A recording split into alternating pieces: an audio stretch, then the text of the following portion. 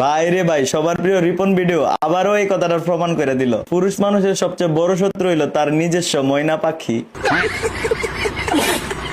এমন এক দেশে বাস করি, একটা দিন যদি আলে কোন গ্যাপ জায়গা অনেক বিনোদন মিস করে লাই। গেছিলাম কক্সবাজার ট্যুরে, আয়েশেরা দি 3-4 বিনোদন মিস করে লাইছি। এমেদা পরকিয়া করতে গিয়া কঠাই লাইলো রিপন ভিডিও। আরেক দিকে বলে 13 বছর আবিদ্দার ঘর আরেক আবিদ হইছে।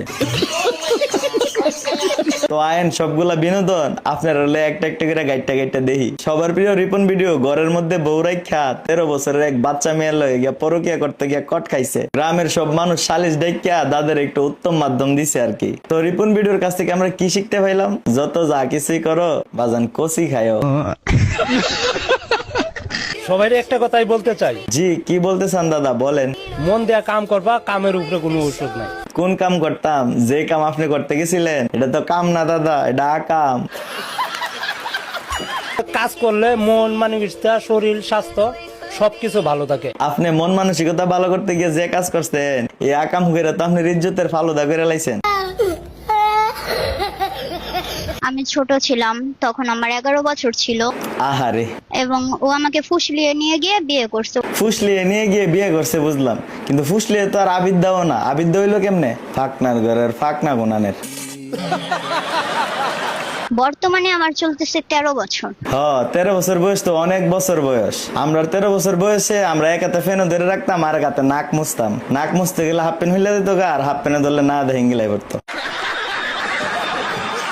2 মাস রিলেশন করার পরে তখন ও আমাকে নিয়ে যায়, পালিয়ে নিয়ে গিয়ে একটা কাজের কাছে ঘরোয়া ভাবে বিয়ে করে। দেখেন আপনারা আমরা কোন জেনারেশনে বাস করি। মানে এর কথা হয় না, বুঝার কোন উপায় আছে যে 13 বছর বয়স? কেমনে কইবেন 13 বছর হই না 20 বছরের লিলিপুট। এই বিয়েটা হয়েছে একটা লটারির মাধ্যমে। বিয়ে বলে হয়েছে লটারির মাধ্যমে? বিয়ে আবার লটারির মাধ্যমে হয়? এটা লটারি না, এটা নোটারি। নোটারি।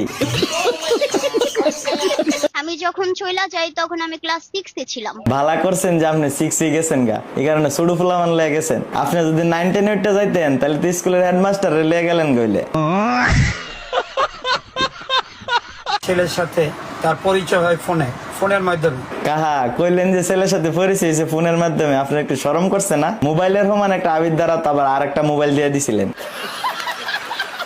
এটা তো আইন অবস্থায় কোনো বিয়ে না। উম্মা অন কি তা কয়টা বলে আইন অবস্থায় কোনো বিয়ে না, ওর সাথে বিয়ে হয় নাই। তা আবিদ্যা কি তোর নানা ভাইতে কিনান চত?